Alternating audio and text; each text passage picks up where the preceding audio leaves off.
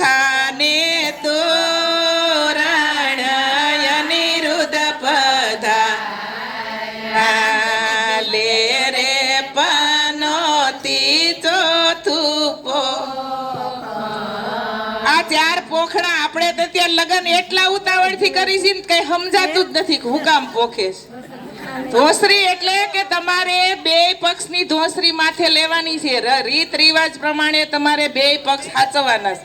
સંસાર રૂપી ધોસરું એટલે કે બધી જ જવાબદારી આવી જાય. લગ્ન થાય ને માણસના એટલે 2 જવાબદારી આવી જાય. ત્યાં સુધી તો એને કાંઈ એટલી બધી ખબર ન હોય એટલે તમારે ભાર ઉપાડવાનો. બીજું સાંભળેલું અન્ન ખાંડે ને એમ તમારે ખંડાવવું પડશે. કોઈ સારું બોલશે, કોઈ ખરાબ બોલશે, આ બધું સહન કરવું પડશે. પછી સાસની જેમ વલવવા પડશે, વલવવું પડશે. હું કે તમને કઈ કીધું મગજમાં લઈને ફેરા જ રાખશો કે મને આમ કીધું મને આમ કીધું, ઈ વલવવાનું. આ કાઢી નાખો તો તમે